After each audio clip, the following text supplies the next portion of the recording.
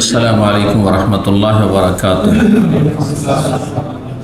إن الحمد لله نحمده ونستعينه ونستغفره ونعوذ بالله من شرور أنفسنا ومن سيئات أعمالنا. من يهده الله فلا مضل له ومن يضلل فلا هادي له. وأشهد أن لا إله إلا الله وحده لا شريك له وأشهد أن محمدا عبده ورسوله صلى الله تعالى عليه وعلى آله وصحبه وسلم تسليما كثيرا. أما بعد، فإن خير الحديث كتاب الله وخير الهدي هدي محمد صلى الله عليه وسلم وشر الأمور محدثاتها وكل محدثة بدعة وكل بدعة ضلالة وكل ضلالة في النار. أعوذ بالله من الشيطان الرجيم. وبشر الذين آمنوا وعملوا الصالحات أن لهم جنات تجري من تحتها الأنهار كلما رزقوا منها من ثمرة الرزق قالوا هذا الذي رزقنا من قبل وأوتوا به متشابها ولهم فيها أزواج مطهرة وهم فيها خالدون. সম্মানিত দিনী ভাতৃমণ্ডলী, আল্লাহ রাব্বুল আলামিনের প্রশংসা এবং প্রিয় নবী সাল্লাল্লাহু আলাইহি ওয়াসাল্লামের উপর সালাত ও সালামের পর আজ বৃহস্পতিবার 25শে রবিউল সানি 1445 হিজরি মোতাবেক 9 নভেম্বর 2023 আমাদের বিষয়ভিত্তিক আলোচনা ধারাবাহিক কয়েক সপ্তাহ থেকে আমাদের আলোচনা চলে আসছে জান্নাত এবং জান্নাতি সম্পর্কে। আজকে পর্ব নম্বর 3, আর বিষয়বস্তু হচ্ছে জান্নাতের নদীমালা ও ঝর্ণা। জান্নাতে আল্লাহ রাব্বুল আলামিন নদী এবং ঝর্ণাসমূহ সৃষ্টি করে রেখেছেন। এই সম্পর্কে কোরআন এবং হাদিস কি বলে, যেগুলি আমাদের আকীদার বিষয়, ঈমানের বিষয়, বিশ্বাস করতে হবে, বিশ্বাস করা ফরজ, মেনে নেওয়া ফরজ। আল্লাহ রাব্বুল আলামিন আমাদের সকলকে মেনে নেওয়ার তৌফিক দান করেন, বিশ্বাসের তৌফিক দান করেন, বিশ্বাসকে সর্বদা বহাল রাখার তৌফিক দান করেন এবং জান্নাত হাসিলের জন্য মেহনত পরিশ্রম করার তৌফিক দান করেন ঈমান আমলের ময়দানে। এবং রব্বুল আলামিন আমাদের সকলকে জান্নাতুল ফিরদৌস দান করেন, জাহান্নামের আযাব থেকে, দুনিয়ার শাস্তি থেকে আল্লাহ রব্বুল আলামিন যেন বাঁচিয়ে রাখেন। আলোচনা শুরু করব কোরআন কারীমের আয়াত, সূরা বাকারায় আয়াত নম্বর 25। এই আয়াতটি শুরুতে পাঠ করেছি তা দিয়ে। যেই আয়াতগুলিতে নহর অর্থাৎ নদী, আরবিতে নদীকে বলা হয় নাহার, বলা হয় নাহার শব্দটি, নুন হা রা, নাহার মানে নদী, বহু বচন জমা হচ্ছে আনহার, আনহার। আর নাহার যদি পড়েন নুন হা রা, তার মানে নাহার মানে সিনাও হয়, আবার নাহার মানে নহর করা, মানে উটের সিনায় আঘাত করে উট জবাই করা, ফসল্লি লিরাব্বিকা ওয়ানহার। তো আমরা যেহেতু ওয়ানারও হা আর হায়ে অধিকাংশ মানুষরা পার্থক্য জানিও না আর করিও না, কিন্তু আরবিতে এই হা আর হায়ের পার্থক্যে কত পার্থক্য হয়ে গেল। নাহার মানে নদী, আর নাহার মানে বুক, সিনা, আর না হলে নহর করা, জবাই করা। তো বেশ কিছু আয়াত রয়েছে, অনেকগুলি আয়াত রয়েছে, যে আয়াতগুলিতে একটি দুটি নয়, বেশ অনেক আয়াত রয়েছে জান্নাত সম্পর্কে। সেসব আয়াতগুলিতে জান্নাতের নহর সমূহের কথা, নদীমালার কথা বর্ণনা করা হয়েছে এবং তার সাথে ঝর্ণার কথাও বর্ণনা করা হয়েছে। অয়ুন, আইনের বহু বচন কোরআনে কারীমে বর্ণনা করা হয়েছে। সুতরাং এগুলি হচ্ছে আমাদের ঈমানের বিষয়। মহান আল্লাহ ইরশাদ করেছেন, অবাশশিরিল্লাযীনা আমানু, হে নবী মুহাম্মদ সাল্লাল্লাহু আলাইহি ওয়াসাল্লাম, তুমি সুসংবাদ দিয়ে দাও ওই সমস্ত লোকদেরকে যারা ঈমানদার, বিশ্বাসী। তাহলে এই সুসংবাদ কার জন্য? মুমিন মুসলিমের জন্য, কাফের জন্য নয়। কাফের মানে শুধু বিজাতি অমুসলিম নয়, কাফের মানে অস্বীকারী, অমান্যকারী, অবিশ্বাসী, এরা কাফের। কাফের হচ্ছে 3 প্রকারের। এক কাফের হচ্ছে যে আল্লাহ রব্বুল আলামিন তার কোরআন কারীমে ওয়াহিতে অথবা রাসূলুল্লাহ সাল্লাল্লাহু আলাইহি ওয়াসাল্লাম যা কিছু বলেছেন বিধিবিধান তা অমান্য করে অস্বীকার করে। কেউ যদি আংশিক অস্বীকার করে সুস্পষ্ট বিষয়, তাহলে কাফের হয়ে যায়, বড় কাফের। সে মুসলিমের সন্তানও হইতে পারে। যদি কেউ বলে আমি দাজ্জাল বিশ্বাস করি না, আমি ইয়াজুজ মাজুজ বিশ্বাস করি না, বাকি সব বিশ্বাস করে, তো কাফের। কারণ ইয়াজুজ মাজুজের কথা কোরআনে কারীমে রয়েছে, দাজ্জাল কথা বহু সহিহ হাদিসে রয়েছে। আর এক শ্রেণীর কাফের হচ্ছে, বা আর এক শ্রেণীর আপনার অমুসলিম হচ্ছে যারা মুশরিক, বহুত্ববাদী, আল্লাহর তৌহিদ বাস্তবায়ন করে না, শিরক করে। সে বিজাতি থেকে হোক, যারা মূর্তি পূজক, অথবা মুসলিম সমাজের যারা আল্লাহ ছাড়া অন্যকে সিজদা করে, ঈমান ভঙ্গ করে, বা এমন কিছু করে যা দিয়ে আল্লাহর সাথে শরীক স্থাপন করে, যেমন জাদুকররা, গণক জ্যোতিষী। তারা মনে করে যে আমরা গায়েব জানতে পারি, কোথায় হারিয়ে যাওয়া বস্তু আছে আমরা জানতে পারি। এটা হচ্ছে আল্লাহর সাথে শরীক স্থাপন করা, নিজেকে অথবা অন্যকে, সুতরাং তারা মুশরিক। আর কাফের অন্তর্ভুক্ত হচ্ছে আরেক দল, যারা আকীদা বিশ্বাসী মুনাফিক, কপট আকীদা বিশ্বাসী, অবিশ্বাস রয়েছে, কিন্তু মুখে এমনি বাহ্যিক বলছে আমরা মুসলিম। তো মুমিনদের জন্য সুসংবাদ, এটি কাফেরদের জন্য নয়, অবিশ্বাসীদের জন্য, মুশরিকদের জন্য নয়, মুনাফিকদের জন্য নয়।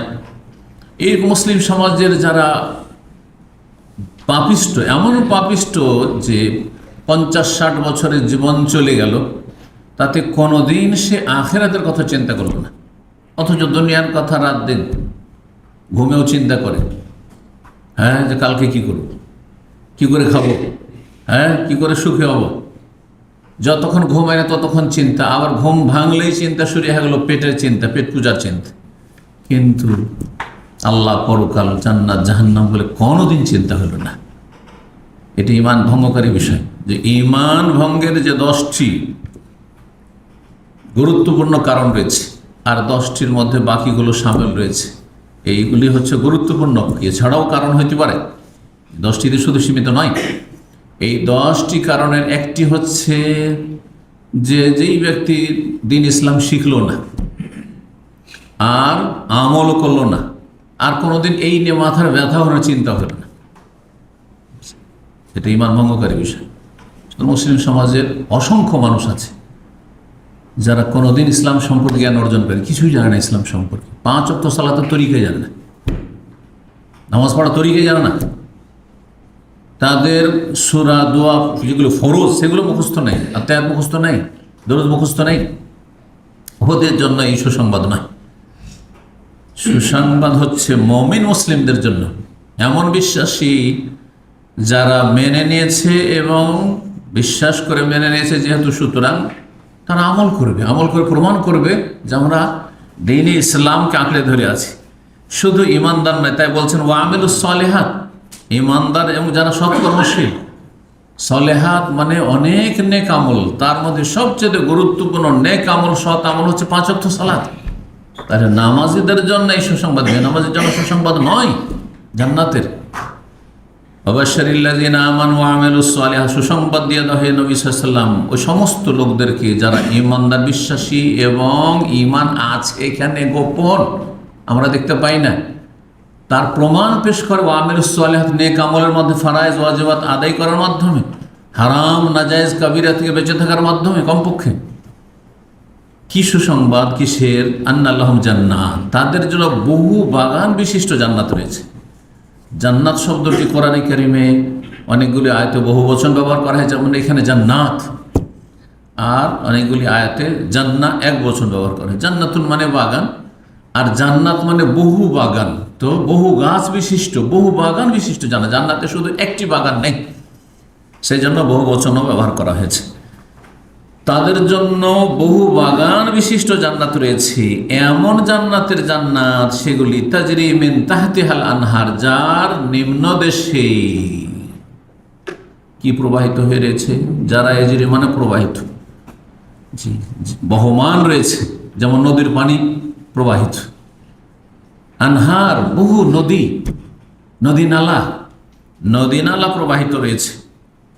কুল্লামা রুজিকু মিনহা মিন সামারা, তো একটি নিয়ামত হয়ে গেল জান্নাতের, যে জান্নাতে নদীমালা রয়েছে, আর সেই নদীগুলি সম্পর্কে আসছে, হ্যাঁ, যে কি ধরনের নদীগুলি আর কিসের নদী আসছে সূরা মুহাম্মদের আয়াত। আর একটি নিয়ামত হচ্ছে জান্নাতের ফলমূল। ইনশাআল্লাহ আগামী সপ্তাহের আলোচনা থাকবে জান্নাতের গাছ এবং ফলমূল।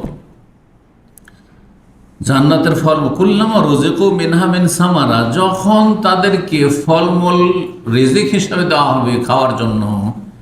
আর খাওয়ার জন্য মানে এই নয় যে এনে দেবে তাহলে খেতে পাবেন আপনি। আমরা অনেক সময় খাবার বাড়িতে আছে কিন্তু প্রস্তুত নেই, বানিয়ে এসে দিচ্ছেন না, হয়তো স্ত্রী বা ছেলেমেয়েরা, সেই জন্য আপনি হয়তো খেতে পাচ্ছেন না, জানা নেই কোথায় কি আছে না আছে, খোঁজ খবর রাখেন না কিচেনের। অনেকে আছি আমরা না, সেখানে শুধু মনে যদি এইরকম আশা, মনটা চেয়েছে, শুধু মনে হয়েছে যে অমুক ফলটা খেতাম, সাথে সাথে মুখের সামনে এসে হাজির, সাথে সাথে সামনে এসে হাজির, কোনো কষ্ট করতে হবে না, হাতের নাগালে এসে হাজির। কুল্লামা রুজিকু মিনহা মিন সামারা, যখনই কোনো ফলমূল তাদেরকে রিজিক হিসাবে দেওয়া হবে, তখন তারা দেখে ফলমূলগুলো তো দেখতে দুনিয়ার ফলের মতোই বাহ্যিক দৃষ্টিতে, তাই তারা বলবে কালু হাযাল্লাযী রুজিকনা মিন ক্বাবলু, এগুলি তো দুনিয়া তো ইতিপূর্বে আমাদেরকে দেওয়া হয়েছিল। দুনিয়া তো অনেক আম খেয়েছি, অনেক কাঁঠাল খেয়েছি, আঙ্গুর খেয়েছি, আর বেদানা খেয়েছি, কলা খেয়েছি, সব তো খেয়েছি, আপেল খেয়েছি, সব খেয়েছি। হাযাল্লাযী রুজিকনা মিন ক্বাবলু, আল্লাহ বলছেন ওয়াতু বিহি মুতাশাবিহা, সেখানে শুধু সদৃশ্যতাটা থাকবে, দেখতে বাহ্যিক ওই রকম, কিন্তু স্বাদ একেবারে অতুলনীয় ভিন্ন। দুনিয়ার ফলমূল আর জান্নাতের ফলমূল, এই দুনিয়ার ফলমূলের জান্নাতের ফলমূলের সাথে আপনার স্বাদের দিক থেকে, কোয়ালিটির দিক থেকে কোনো তুলনা নেই, শুধু বাহ্যিক দেখতে। দেখছেন আম দুনিয়াতে দেখেছেন এটা আম, কাঁঠাল দেখেছেন কাঁঠাল, কিন্তু অকল্পনীয় সেসবের স্বাদ।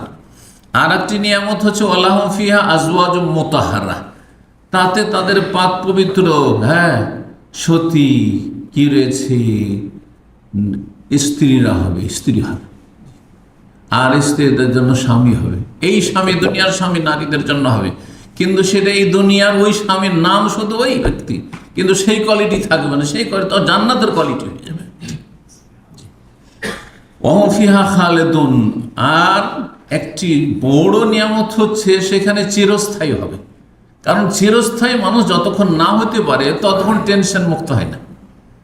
এই যে প্রবাস জীবনে আছে কচুর পাতার পানির মতো, যার 35-40 বছর হয়েও গেছে, হ্যাঁ, কোনো দেশে গিয়ে, যে কোনো দেশে হোক না কেন, যদি সেখানকার নাগরিক না হতে পারেন তো কচুর পাতার পানির মতো আপনার কি রিজিক। একটু বাতাস আসলে কচুর পাতার পানি এমন হয়ে পড়ে যাবে যে পানি আগে দেখতে পাবেন না, এমন সাফ হয়ে গেলেন যে আপনি 40 বছর আগের মানুষ, আর একটা লোক 3 মাস আগে এসছে, আপনার এক্সিট আর ওর এক্সিট সমান, ঠিক কিনা? হ্যাঁ, একটা চিন্তা লাগা আছে কখন যে চলে যায় চাকরি। কিন্তু যারা সরকারি চাকরি পেয়ে যায়, ও নাকে তেল দিয়ে ঘুমায়, আমি কাজ করি না করি, আমার চাকরি 60 বছর পর্যন্ত আর খেতে পারছে না কেউ, তাই না? তো চিরস্থায়ী হবে সেখানে, এটি বড় নিয়ামত। জান্নাতের নহরগুলি, এক তো নহর নদী, তারপরে নদী জান্নাতের নিম্ন দেশে প্রবাহিত। নদী যদি এমনি বইতে থাকে তাহলে অত সৌন্দর্য তাতে থাকে না, যত সৌন্দর্য বৃদ্ধি করবে সেই নদীর সৌন্দর্য আর সেই জান্নাতের সৌন্দর্য। যে নিম্ন দেশে আপনার বাড়ির ভিতর দিয়ে বড় বড় যারা ওই রকম পয়সাওয়ালা আছে অথবা রাজা ধীরাজা, এক যুগ মোগল আমলে যারা সেসব আপনার দেখেছেন, বিশেষ করে দিল্লিতে আমি দেখেছি, সুবহানাল্লাহ, তারা রাজ দরবারে বসে তাদের দরবার বসতো আর নিম্ন দেশ দিয়ে ঝর্ণা প্রবাহিত। সেই যুগে আজকে থেকে 500 বছর 600 বছর আগে ঝর্ণা প্রবাহিত হইত, স্বচ্ছ পানি প্রবাহিত হইত, আর পানির ওপরে বসে আছে। আজকাল সমুদ্রের উপরে প্যালেস বানাচ্ছে না, আর অনেকের আছে না, বসবাস করছে না, কেন? কারণ এটি একটা বড় সৌন্দর্য। তো জান্নাতের সৌন্দর্য আরো বৃদ্ধি পাবে কখন, যখন নিম্ন দেশে ওই নদীগুলি ঝর্ণাগুলি প্রবাহিত। তাজরি মিন তাহতিহা আনহার। এই জন্য যেখানেই জান্নাতের নদীর কথা রয়েছে, নহর কথা রয়েছে, সেখানে তাজরি মিন তাহতিহা, জান্নাতের নিচে দিয়ে এই নদীগুলো, এই নালাগুলো, এই ঝর্ণাগুলো প্রবাহিত।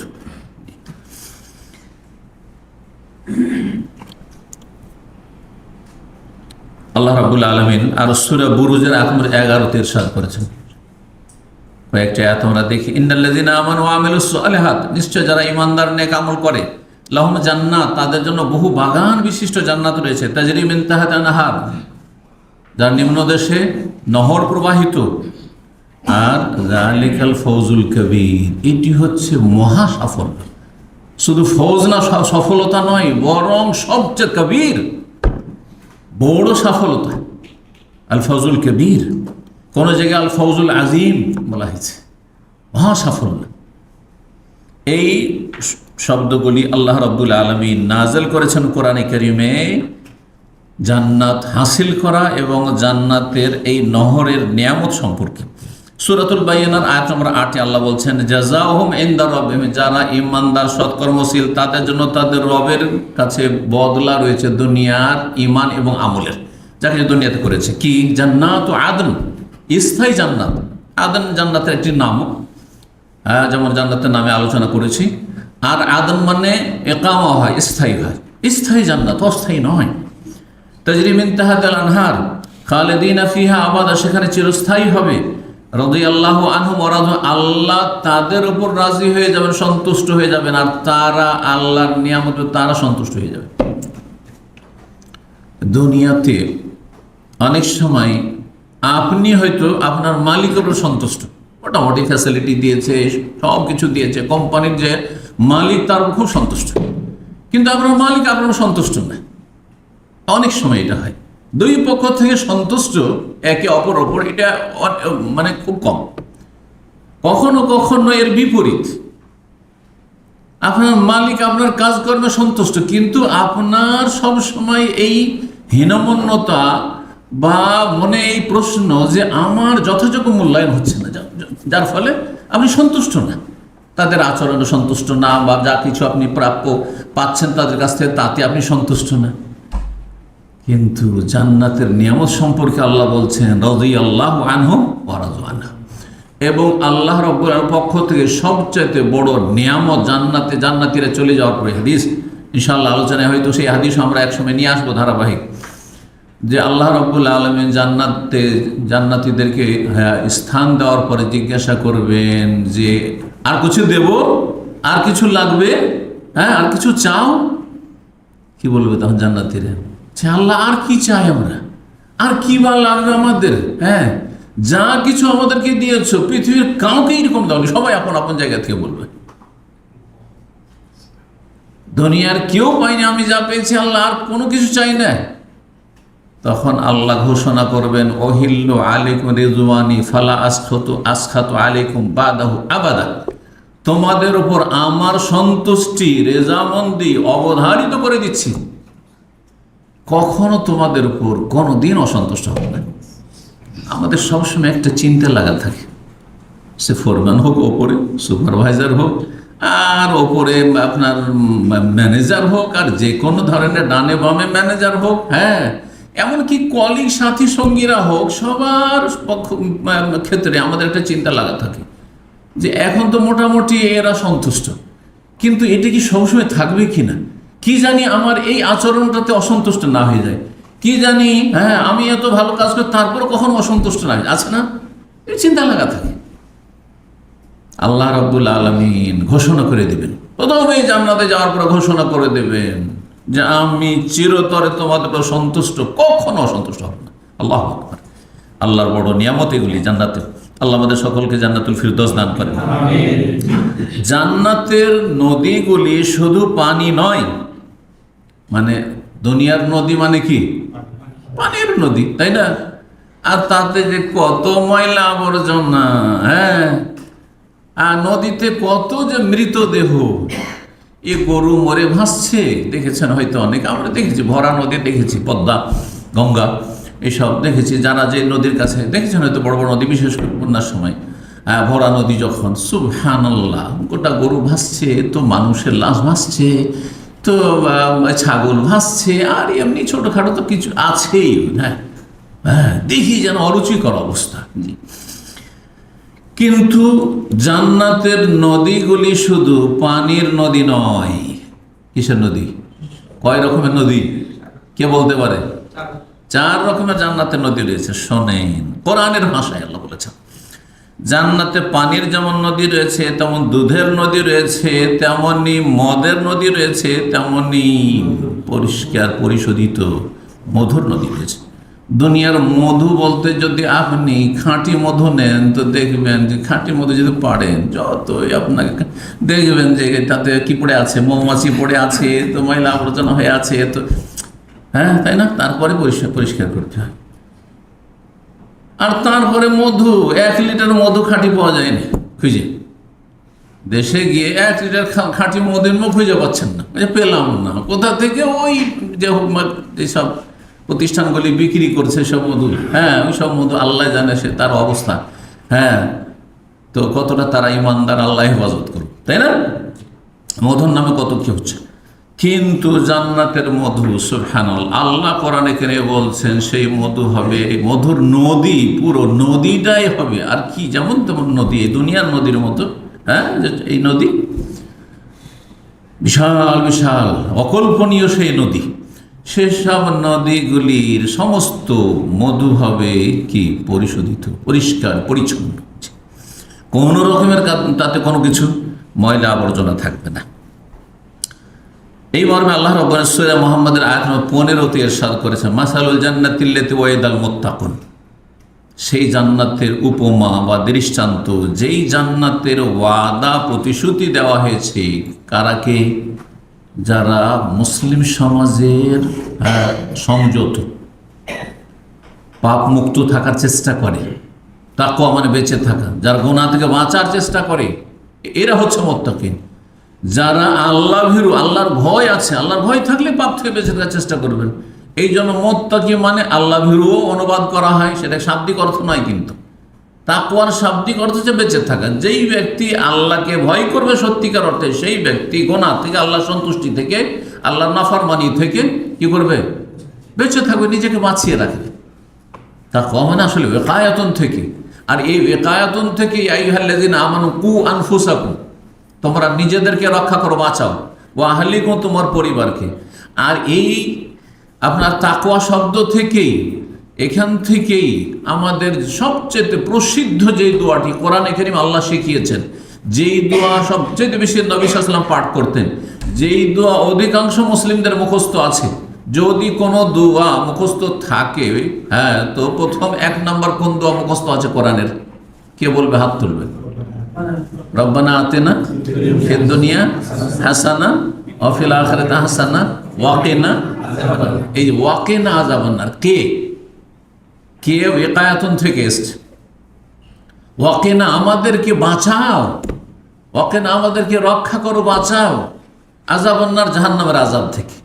এই কে থেকে কু বহু বচন, আর কে থেকে ওই তাকওয়া, তা ওখানে, তারপরে কাফ, আর তারপরে যে ওয়াও আছে। হ্যাঁ জি, তো ওয়াকায়াতুন শব্দ ওয়াও কাফ ইয়া হচ্ছে ওর আসল ধাতু। তো তাহলে তাকওয়া মানে কি? যারা আল্লাহর ভয়ে গুনাহ থেকে বেঁচে থাকে, আল্লাহর ভয়ে ফরজ অজেবে ঘাটতি করা থেকে বেঁচে থাকে। আল্লাহর ভয় আছে বলে 5 ওয়াক্তে 4 ওয়াক্ত নয়, কখনো কম করে না, 5 তো 5ই পড়ে। আল্লাহর ভয়ে আছে বলে রমজানের পুরো সিয়াম রোজা রাখে। আল্লাহর ভয়ে পুরোপুরি জাকাত দেয়। এই নয় যে আমাদের দেশের অধিকাংশ পয়সাওয়ালা ধনীরা, হ্যাঁ, দান খায়রাত কিছুটা করে দিল, করলো হয়তো 10-20 হাজার দান করলো, আর বললো আমার জাকাত 2-3 লাখ টাকা হবে, আমি 5 লাখ টাকা দিয়ে দিচ্ছি। ও 50,000 খরচ করে বলে 5 লাখ টাকা দান করে দিচ্ছি। এটা হচ্ছে আমাদের দেশের অধিকাংশ পয়সাওয়ালাদের স্বভাব। দেখাই বেশি যে আমি এত দানশীল, অথচ তার উপর হয়তো 5 লাখ টাকা খরচ ছিল। একটু হিসাবে 9-6, আর তারপরে হিসাব যদি ঠিক করে করে তো ঠিকভাবে সেটা বন্টন হয় না। দিল অল্প স্বল্প দিয়ে, মনে করলে যে কত কি দিয়ে ফেলেছেন, কত বড় এহসান করেছে।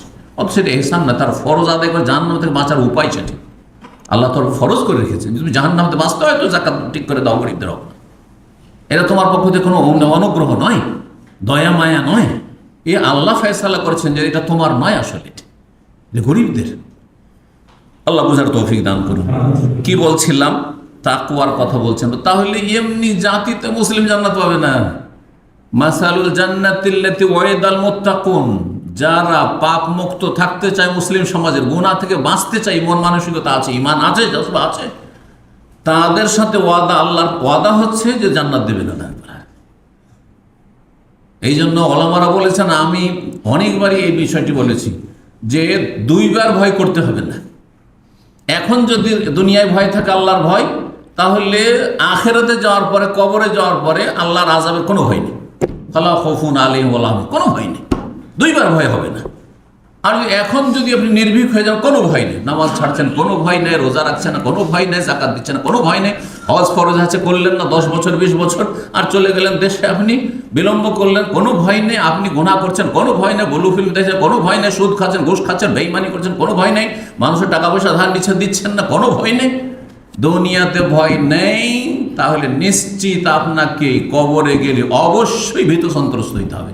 আল্লাহর আযাব সেখানে এমনভাবে ধরবে যে সেখানে আর সাহায্য করার কেউ থাকবে না।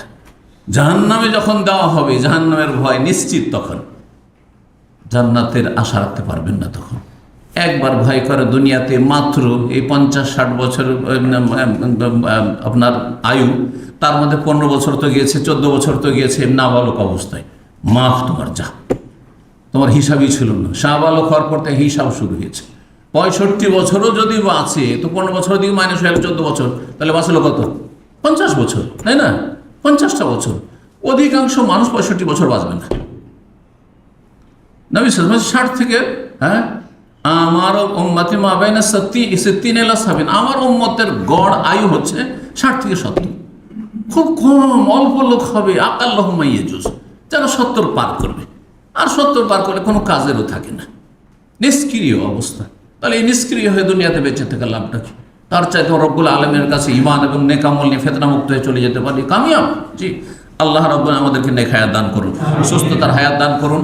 সবচেয়ে বড় সুস্থতা হচ্ছে ঈমানি সুস্থতা, নেক আমলের সুস্থতা, গুনাহ মুক্ত হওয়ার সুস্থতা। সবচেয়ে বড় রোগ হচ্ছে পাপের রোগ, সবচেয়ে বড় রোগ হচ্ছে আল্লাহর অসন্তুষ্টির রোগ, সবচেয়ে বড় রোগ হচ্ছে যে আপনার ঈমান আমলে ত্রুটি রয়েছে। এগুলো বড় রোগ, যে রোগের কারণে জাহান্নামে যেতে হবে। দুনিয়ার রোগে কি হবে? হ্যাঁ, এগুলো একটু অসুস্থ থাকবেন, কষ্ট পাবেন সামান্য কিছু দিন, অথবা মারা যাবেন, এর বেশি তো কিছু না। কিন্তু এই যদি ঈমানি রোগ থাকে, হ্যাঁ, আপনার ইসলামী জীবন, মুসলিম জীবনে যদি রোগ থাকে, এই রোগের পরিণাম জাহান্নামের ইন্ধন, জাহান্নামের ইন্ধন। এই জন্য রোগীর জন্য আরোগ্য চাইছেন, আগে তার ঈমান আমলে যে রোগ রয়েছে তার জন্য আরোগ্য। কোনো পাপী ব্যক্তি যদি আমার কাছে দোয়া আছে, আল্লাহ আমি দোয়া দিই ওটা হিকমতের সাথে, কিন্তু তো হয়তো, হ্যাঁ, মোটা খাই মোটা বুঝে, আল্লাহ আপনাকে সমস্ত রোগ থেকে সুস্থ করেন। আর আমার নিয়তি থাকে যে আল্লাহ তোমাকে আগে হেদায়েত করবে, কারণ তুমি এই সুস্থ হয়ে লাভটা কি? তোমার সুস্থ হইলে বেনামাজি, তারপরে সুস্থ হলে আবার পাপ করবে, তো লাভটা কি তোমার? হ্যাঁ, এই দোয়ার চাইতে বড় দোয়া হচ্ছে আল্লাহ তোমাকে সার্বিক সুস্থতা দান করুন। দুনিয়ার এই সুস্থতা তার চাইতে বেশি গুরুত্বপূর্ণ যে দোয়া তার জন্য করি, বা যে কোনো মুসলিম ভাই বোন যেন করি, সেটা হচ্ছে আল্লাহ ঈমানি সুস্থতা, ইসলামের সুস্থতা আল্লাহ যেন দান করেন। তো বলছিলাম, আল্লাহ বলছেন জান্নাতের ওয়াদা করা হয়েছে কার সাথে? মুত্তাকিনদের সাথে। এটি এই আয়াতে শুধু নয়, কোরআনের কয়েকটি আয়াত রয়েছে যাতে বলা হয়েছে উইদ্দাত লিল মুত্তাকিন, জান্নাত প্রস্তুত করা হয়েছে কার জন্য? মুত্তাকিনদের জন্য। জি, সুম্মা নুনাজ্জিল লাযিনা আত্তাকাও ওয়া নাযারুহুম, সুম্মা নুনাজ্জিল লাযিনা আত্তাকাও, জাহান্নামের আযাব থেকে রক্ষা করব, মানে জান্নাত দেব কাকে? হ্যাঁ, যারা মুত্তাকি। জি, তিলকাল জান্নাতুল্লাতী নূরিসু মিন ইবাদিনা মান কানা তাকিয়া, এই জান্নাতের ওয়ারিস আমি বানাবো কাদেরকে? মান কানা তাকিয়া, যে মুত্তাকি, যে পাপ মুক্ত থাকতো, যে গুনাহ থেকে বাঁচার চেষ্টা করতো। গুনাহ থেকে বাঁচার চেষ্টা নেই, ডাল ভাত অহরহ গুনাহ করে যাচ্ছেন, পাপকে পাপ মনে করেন না, আপনি নেকির কাজ করেন না, ফরজ ওয়াজিবে বেপরোয়া হয়ে গেছেন, আপনি হারাম না যায় বেপরোয়া হয়ে করে যাচ্ছেন, আর অত সোজা যে মুসলিম জান্নাত পাবো না, না, এইসব মুসলিমদের জন্য জান্নাত নেই। আল্লাহ বুঝার তৌফিক দান করুন, সত্যিকার মুসলিম হওয়ার আল্লাহ রাব্বুল আলামিন আমাদের সকলকে তৌফিক দান করুন। বলছি মুত্তাকিনদের সাথে যে ওয়াদা করে জান্নাতের, ফিহা আনহারুন, তাতে কয়েক রকমের নদীমালা রয়েছে।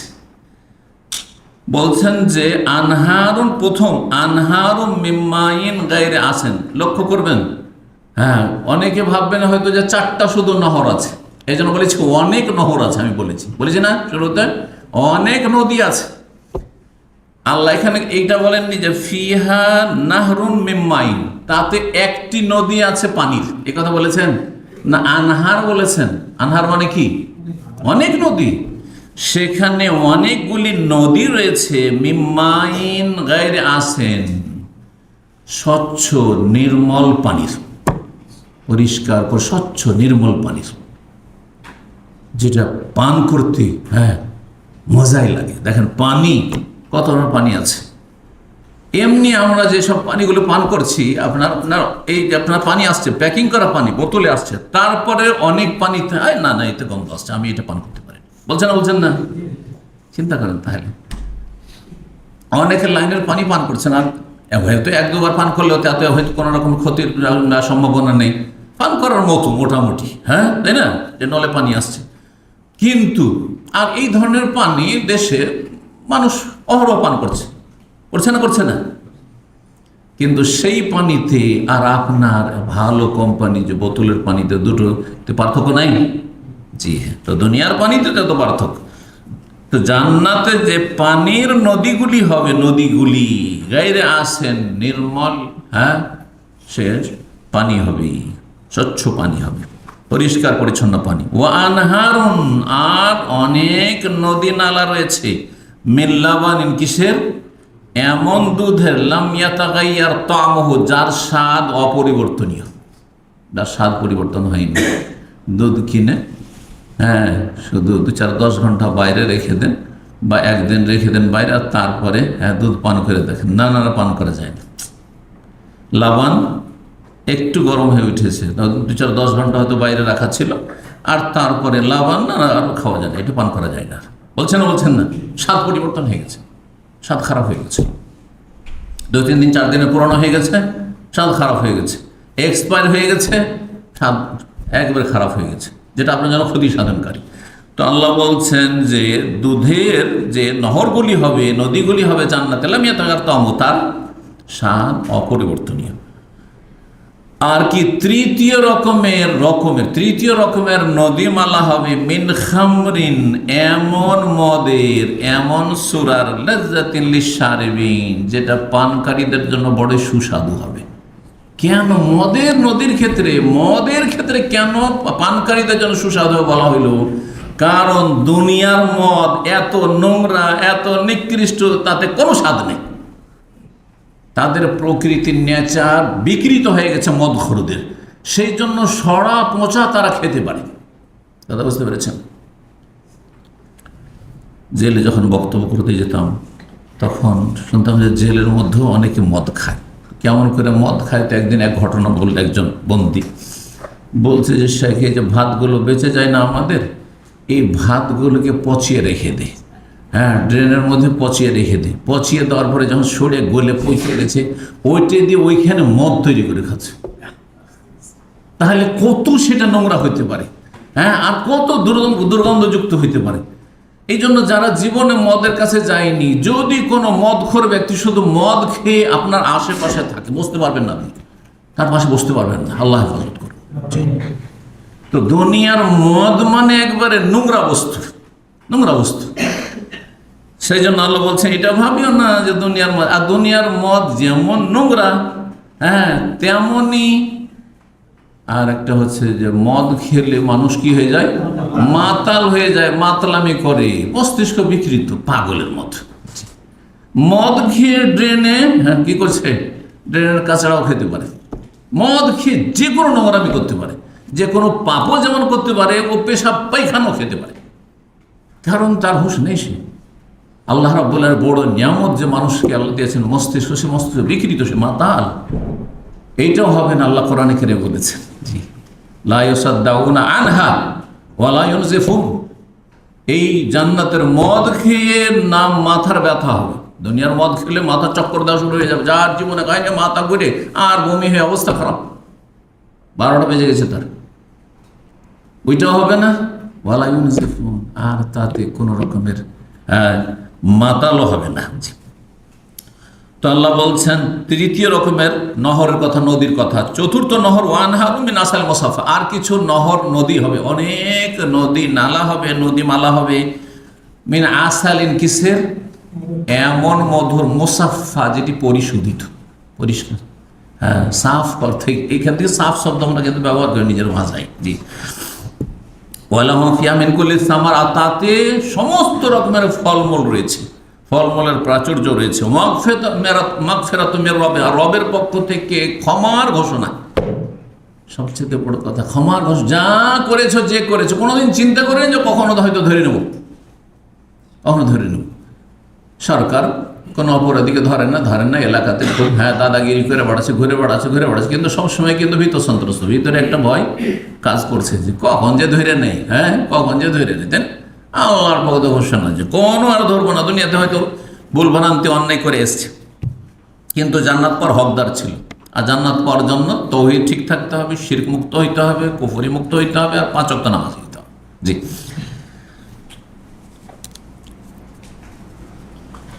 আনাস মালিক রাদিয়াল্লাহু তাআলা থেকে বর্ণিত একটি হাদিস শোনাই এই চার ধরনের নহর বা নদী সম্পর্কে।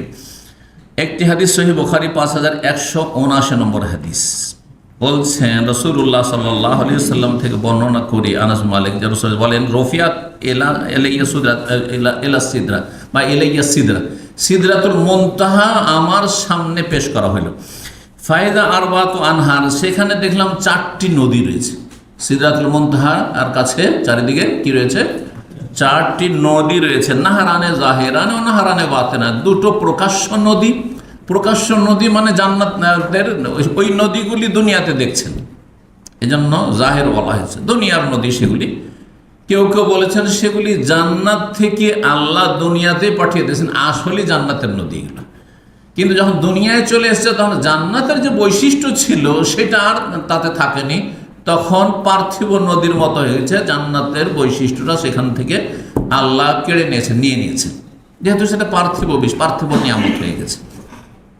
আর কেউ কেউ বলেছেন যে সেখানকার সেই নদীগুলো আসলে জান্নাত থেকে আসেনি মূলত, বরং জান্নাতের নদী যেমন দুনিয়ার ক্ষেত্রে আমরা বলে থাকি যে যারা কাশ্মীরের লোক তারা বলে, বা অনেক মুসলিমরাই জানে বা অমুসলিমরাও জানে যে পৃথিবীর মধ্যে কাশ্মীরকে কি বলা হয়?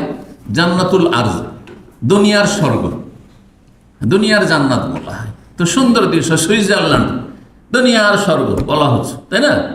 তো ওই রকমই এইটাও, মানে এই নদীগুলি দুনিয়ার মধ্যে সবচাইতে ভালো নদী, সেই জন্য সেগুলিকে জান্নাতের নদী বলা হয়েছে। আল্লাহু তাআলা আলম, দুটোই ব্যাখ্যা করা হয়েছে। নাহারানে বাতেনান, আর 2টো নদী দেখলাম, সেই 2টো নদী হচ্ছে বাতেনান, বাতেনি নদী, মানে আভ্যন্তরীণ, দুনিয়া লুকায়িত আছে, দুনিয়ার মানুষ কোনোদিন দেখেনি, কল্পনা করতে পারেনি। যে 2টো নদী প্রকাশ্য নদী, সেই 2টো নদী কোন নদী বলছে? একটা হচ্ছে নীল নদ, যেটা কোথায় রয়েছে? মিশরে। আর অল ফোরাত, আর ফোরাত নদী, যেটা কোথায় রয়েছে?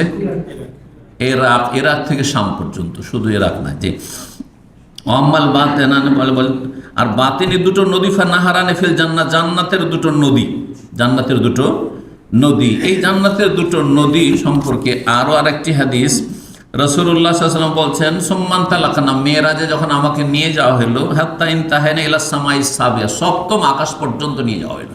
7 আকাশের উপর আল্লাহ নিয়ে গেলেন, বা ফেরেশতারা নিয়ে গেলেন আল্লাহ রাব্বুল আলামিনের নির্দেশে। ফাআতাইতু আলা ইব্রাহিম, 7 আকাশের ওপর গিয়ে ইব্রাহিম আলাইহিস সালামকে পেলাম। আর সেই লম্বা হাদিসের শেষ দিকে যে নহর কথাটা, সেদিকে আসি, কারণ কথা লম্বা হয়ে যাবে হাদিসটা পুরো করলে।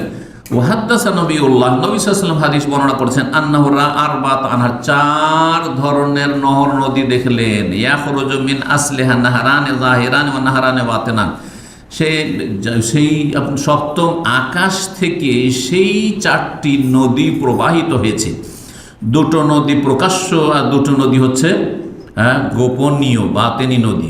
ফাকুলতু ইয়া জিবরিল, নবী সাল্লাল্লাহু আলাইহি ওয়াসাল্লাম বলছেন জিবরাইল আলাইহিস সালামকে, সফর সঙ্গী, মেরাজের সফর সঙ্গী জিবরাইল আলাইহিস সালাম জিজ্ঞেস করছেন, মাহাজিল আনহার, এই নদীগুলি কি, কোন কোন নদী, নাম কি? কালা আম্মান নাহরানিল বাতেনান, যে বাতেনি 2টো নদী রয়েছে, নাহরানি ফিল জান্নাত, এই 2টো জান্নাতের নদী, শুধু জান্নাতে দেখবে, দুনিয়াতে দেখতে পাবে না। অম্মা জাহেরান, আর বাহ্যিক যে নদী, ওই দুটো নদী হচ্ছে নীল অল ফোরাত, নীল এবং ফোরাত। তারপরে বাইতুল মামুর আমার সামনে পেশ করা হলো ইত্যাদি। সহিহ মুসলিমে 238 নম্বর হাদিস। ইমাম নবী রাহিমাহুল্লাহ বলছেন যে দুনিয়ার তো নদী দুটোর নাম জেনে নিলেন, যেটিকে জান্নাতের নদী বলা হয়েছে হাদিসে, নীল আর ফোরাত, তাই না? তাহলে গঙ্গা যমুনা নয়, হ্যাঁ, আর পদ্মা নয়, আর অমুক নয়, আর তমুক নয়, এইসব নয়। তো ইমাম মুকাতিল রাহিমাহুল্লাহ বড় একজন মুফাসসির ছিলেন, তিনি বলছেন যে বাতিনি যে দুটো নদীর কথা এই হাদিসগুলিতে এসেছে, সেই দুটো নদীর নাম হচ্ছে সালসাবিল এবং কাউসার। তাহলে জান্নাতের বাতিনি যে দুটো নদী এর নাম উল্লেখ হয়নি এই হাদিসটিতে, সেই দুটোর তাফসীর করতে গিয়ে বলেছেন ইমাম মুকাতিল রাহিমাহুল্লাহ, একটি হচ্ছে সালসাবিল নদী, তাহলে সালসাবিল একটি নদী, আর আরেকটি হচ্ছে কাউসার। কাউসার আমাদের দেশের মানুষ মনে করে যে হাউজের নাম কাউসার, না, আসছে পরে। সেই হাউজ কাউসার নামক নদী থেকে বেরিয়ে এসছে, নদী থেকে বেরিয়ে এসছে। ইমাম ইবনুল কাইয়িম রাহিমাহুল্লাহ বলছেন যে ফাল মুরাদু আন্নাহা তাজরি মিন তাহতি গুরাফিহিম ওয়া কুসুরিহিম ওয়া বাসাতিনহিম, এই নদীগুলি তাদের কক্ষ, তাদের যে প্যালেস, জান্নাতীদের রুম এবং জান্নাতীদের যে বাগান, এইসবের নিম্ন দেশে, বাগানের নিচেও নদী। সুবহানাল্লাহ, শুধু বাড়ি ঘরের নয় ও বারান্দায় নয়, হ্যাঁ, যেমন যারা করেছে দুনিয়াতে ভোগবিলাসীরা, সামান্য কিছু জায়গায় হয়তো খলখল করে নিচে দিয়ে পানি যাচ্ছে আর দেখতে খুব মজা লাগছে, হ্যাঁ, গ্লাসে দেখতে পাচ্ছে যে এইভাবে পানি যাচ্ছে নিচু দিয়ে, কিন্তু না, সব জায়গায় নিচে, জান্নাতের নিচে, হ্যাঁ, নদী প্রবাহিত হয়ে রয়েছে।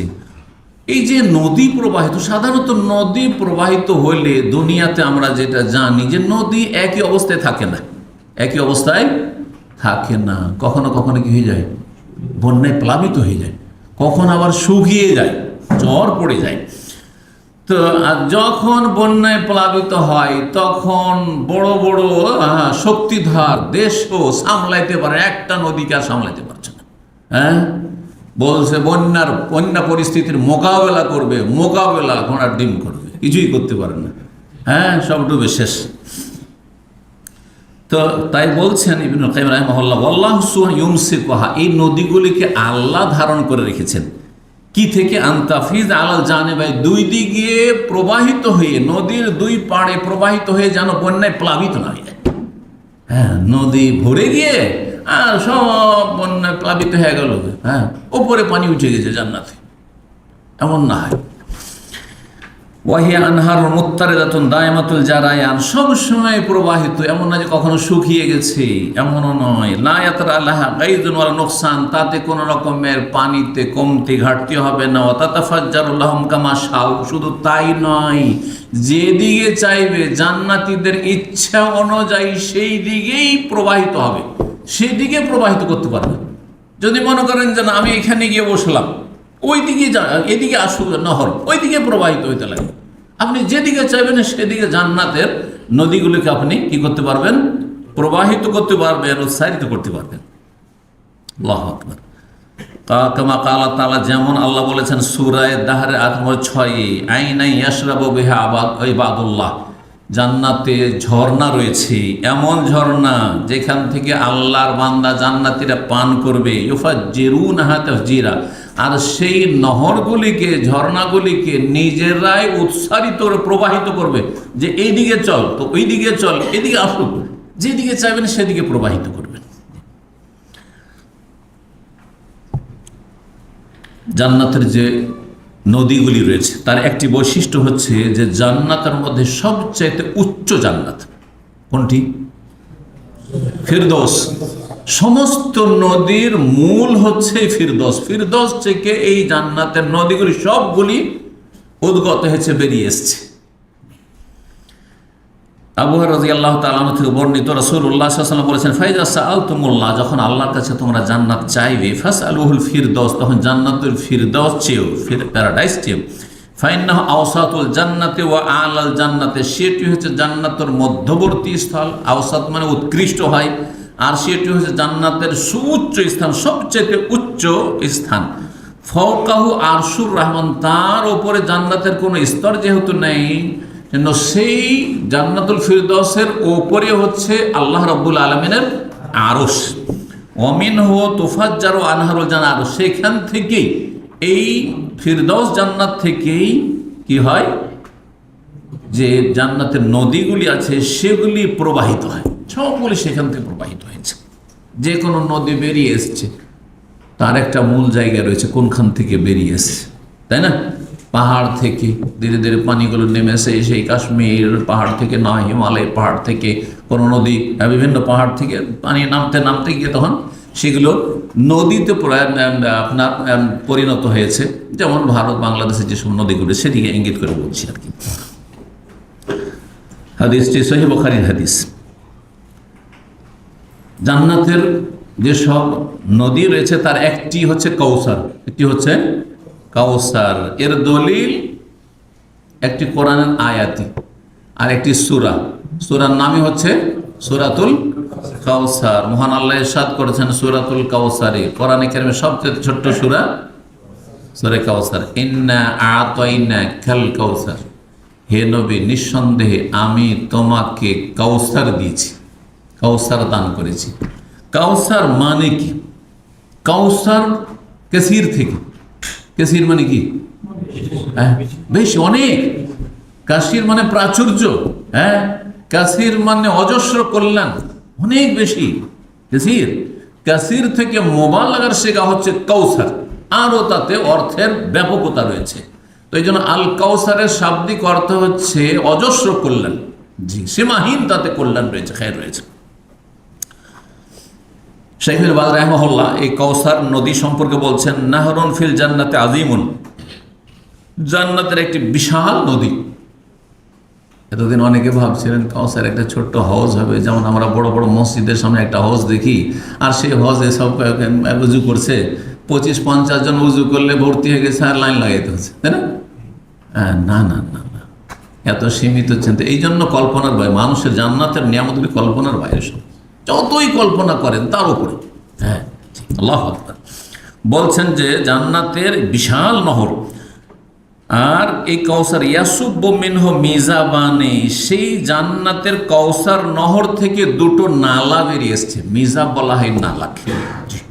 এই যে কাবার ছাদের উপর থেকে পানি পড়ে না, দেখেছেন নালাগুলো গোল্ডেন হয়ে আছে, পানি পড়ছেন, এই নালা যে দেখেছেন, এইটাকে বা যে কোনো ছাদের উপর থেকে পানি নিকাশের জন্য, পানি পড়ার জন্য নালা তৈরি করা থাকে, পাইপ দেওয়া থাকে বা নালা এগুলো থাকে, তো এটাকে মিজাব বলা হয়। দুটো নালা বেরিয়েছে, এই দুটো নালা গিয়ে কোথায় গিয়ে পড়েছে? এই হাউজে পড়েছে। ওই হাউস যেটি নবী সাল্লাল্লাহু আলাইহি ওয়াসাল্লামের হাউস, নবী সাল্লাল্লাহু আলাইহি ওয়াসাল্লামের হাউস। এবং সঠিক মতে ওলামারা বলেছেন যে হাউজ নবী সাল্লাল্লাহু আলাইহি ওয়াসাল্লামের সাথে, শেষ নবীর সাথে খাস। তো নবী সাল্লাল্লাহু আলাইহি ওয়াসাল্লাম এই হাউজে দুটো নালা গিয়ে পড়েছে কোত্থেকে? কাউসার নদী থেকে। এই জন্য হাউজুল কাউসার, মানে হাউজটাই কাউসার নয়, বরং এমন হাউজ নবী সাল্লাল্লাহু আলাইহি ওয়াসাল্লামের যেটি কাউসার নামক নদী থেকে নেমে এসেছে, সেখান থেকে এসেছে, যা দিয়ে আল্লাহ রাব্বুল আলামিন রাসূলুল্লাহ সাল্লাল্লাহু আলাইহি ওয়াসাল্লামকে সম্মানিত করেছেন। এই মর্মে সহিহ বুখারীর 6095 নম্বর হাদিস, আনাস বিন মালিক রাদিয়াল্লাহু তাআলা আনহু বর্ণনা করে বলছেন, বাইনামা আসিরু ফিল জান্নাহ, এক সময় আমি জান্নাতে হাঁটাহাঁটি করছি। স্বপ্নযোগে হইতে পারে, আবার মেরাজে হইতে পারে। নবী সাল্লাল্লাহু আলাইহি ওয়াসাল্লাম শুধু সশরীরে একবারই গিয়েছেন জান্নাতে, সেটা হচ্ছে কি মেরাজ। জান্নাত দেখে এসেছেন, জাহান্নামের দৃশ্য দেখে, বিভিন্ন দৃশ্যগুলি সব নয় দেখে এসেছেন। আর স্বপ্নে অনেকবারই হইতে পারে, স্বপ্নে অনেকবারই নবী সাল্লাল্লাহু আলাইহি ওয়াসাল্লাম জান্নাত দেখেছেন, যেমন জাহান্নাম দেখেছেন। বলছে জান্নাতে একসময় হাঁটছি, স্বপ্নে হয়তো, এজা আনাবে নাহারিন, হঠাৎ করে দেখছি একটি নদী, হাফাতাহু কেবাবুদ দুরিল মুজাওয়াফ, তার যে দুটো পাড় রয়েছে, নদীর পাড় বুঝেন তো, পাড়ে তটে কিনারা, সহজ ভাষায় নদীর দুই কিনারা, ঠিক আছে? নদীর দুই কিনারা যে রয়েছে সেটি হচ্ছে কেমন, গম্বুজের মতো। কেবাব কুব্বাতনের বহুবচন, কুব্বা মানে হচ্ছে গম্বুজ। গম্বুজ কিসের গম্বুজ? দুর, মুক্তার, মুক্তার গম্বুজ। আর সেই মুক্তার গম্বুজটি, গম্বুজ কেমন থাকে ভিতর থেকে? দেখতে তো বিশাল মনে হচ্ছে, কিন্তু ভিতরটা কি খোলা, ফাঁফা, ভিতরটা হচ্ছে ফাঁফা। তো মুজাওয়াফ বলা হয় যার পেটটা শূন্য, মানে পেটটা খালি আছে, মানে যেটা ফাঁফা খোলা খোলা মুক্তার গম্বুজ সমূহের মতো তার দুটো পাড়, কিনারাগুলি একবারে মুক্তা, আর সেটা রয়েছে কীরকম আপনার যেমন ফাঁফা বা ভিতরটা খোলা ফাঁকা মুক্তার মতো। কলতো মাহাজা জিব্রাইল, তখন আমি এই দেখে এই নদীটা দেখে জিজ্ঞেস করলাম, জিব্রাইল এটা কোন নদী? কাল হাজাল কাউসার, এটি হচ্ছে কাউসার নদী। তাহলে স্পষ্ট হাদিস দ্বারা প্রমাণিত হলো যে কাউসার কি নাহার, হাউজ নাই, নদী। আল্লাযী আতাকা রব্বুকা, যা আপনাকে আপনার রব দান করেছেন। ফাইজা তিনহু আও তিবহু মিসকুন আযফার, আর তার মাটিগুলি অথবা তার সুগন্ধি হচ্ছে মৃগনাভির আতরের মতো, সুগন্ধির মতো। সহিহ বুখারী হাদিস। রাসূলুল্লাহ সাল্লাল্লাহু আলাইহি ওয়াসাল্লাম থেকে আনাস রাদিয়াল্লাহু তাআলা আরো বর্ণনা করেছেন যে বাইনামা রাসূল যাতা ইয়াউমিন বাইনা আযহরানা, একদিন আমাদের মাঝে অবস্থান করছে রাসূলুল্লাহ সাল্লাল্লাহু আলাইহি ওয়াসাল্লাম। ঈদ আদফা ইদফাত, হঠাৎ করে নবী সাল্লাল্লাহু আলাইহি ওয়াসাল্লাম তন্দ্রা আসলো, একটু ঝিমালেন। তো নবী সাল্লাল্লাহু আলাইহি ওয়াসাল্লাম কি আসতো? ঘুম আসতো, তন্দ্রা আসতো। মানুষ না হলে ঝিমাতেন না। জিবরাইল কোনোদিন ঘুমিয়েছেন না ঝিমিয়েছেন? না। তার নবীর নূরের পয়দা কি করে? নবীর নূরের পয়দা কি করে? নবীর নূরের পয়দা নয়, মানুষ, আর মানুষ মাটির পয়দা। এই জন্য মানুষের মধ্যে যে দিকগুলি রয়েছে সেগুলি নবীর মধ্যে ছিল। তিনি ঘুমাতেন, তার তন্দ্রা আসতো, তিনি ক্লান্ত হইতেন, তিনি যেমন মাঝে মাঝে হাসি খুশি যেমন আমাদের হয় তেমনি তারও হয়েছে। মর্যাদার ক্ষেত্রে সাধারণ মানুষের সাথে, সাধারণ মতের সাথে কোনো তুলনা নেই, কিন্তু মানুষ হিসাবে তিনি মানুষ ছিলেন। তো একটু ঝিমালেন, সুম্মা রাফা রাস মুবতাসিমান, তারপরে ওই ঝিমানো অবস্থা থেকে একটু সচেতন হয়ে একটু মুচকি হাসি দিলেন। একটু যখন ঝিমানি দূর হয়েছে তো মুচকি হাসি দিলেন। ফাকাল মা আযহাকা, ফাকুলনা, আমরা বললাম মা আযহাকাকে ইয়া রাসূলুল্লাহ, আপনি কি কারণে হাসলেন? একটু ঝিমাচ্ছিলেন, আবার হঠাৎ করে হেসে উঠলেন, একটু মুচকি হাসি। কালা, তখন বলে উনজিলাত আলাইহি আনিফান সূরা, আমার উপর এক্ষুনি একটি সূরা নাযিল হয়েছে। মানে নবী সাল্লাল্লাহু আলাইহি ওয়াসাল্লাম যে একটু ঝিমাচ্ছেন ওই সময় ওহী নাযিল হয়ে গেছে, ওই সময় ওহী নাযিল হয়েছে। যে কোনো সময় নবী সাল্লাল্লাহু আলাইহি ওয়াসাল্লাম ওহী নাযিল হইতো ঘুমন্ত অবস্থাতে।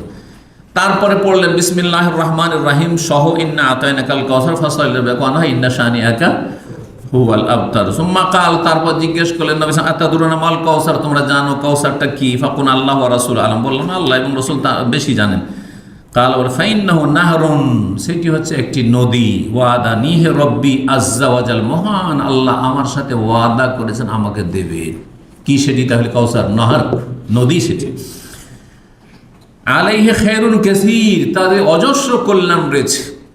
হুয়া হাউদুন তারদু আলাইহি উম্মতি ইয়াউমাল কিয়ামাহ, সেটা হচ্ছে হওজ, মানে সেখান থেকে হজ প্রবাহিত হয়েছে, যেমন অন্যান্য হাদিসের সমন্বয় যে আমার উম্মতরা সেখানে অবতরণ করবে, আসবে। আনিয়াতু আদাদুন নুজুম, সেই হওজের যেসব পানপাত্র হবে, যেগুলো পানপাত্র কি গ্লাস আর কাপ, যাতে পানি পান করে মানুষ, পানপাত্র সংখ্যা কত হবে? 2-4 লাখ 10 লাখ। আদাদুন নুজুম, আকাশের তারকার সংখ্যা যত তার মতো, মানে অসংখ্য। এখানে সমান সমান সংখ্যা উদ্দেশ্য নয় যে আকাশে যতটি তারকা আছে ততটি, বরং অসংখ্য হবে। জি, কিন্তু এক শ্রেণীর মানুষ যারা বিদআত করেছে অথবা মুরতাদ হয়ে গেছে মুসলিম হওয়ার পরে, তাদেরকে সেখান থেকে তাড়িয়ে দেওয়া হবে। সহিহ মুসলিম হাদিস 607 নম্বর হাদিস। হজ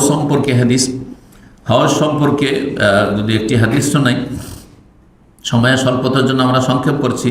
রাসূলুল্লাহ সাল্লাল্লাহু আলাইহি ওয়াসাল্লাম হজ, আচ্ছা হজ মানে তো আমরা জানছি যে হজ মানে কি ছোটোখাটো, তাই না? তো জান্নাতের হজটি দাম্মামের সমান হবে, মোটামুটি 50-60 কিলোমিটার ধরেন চারিদিক মিলে দাম্মা, এত বড় হবে?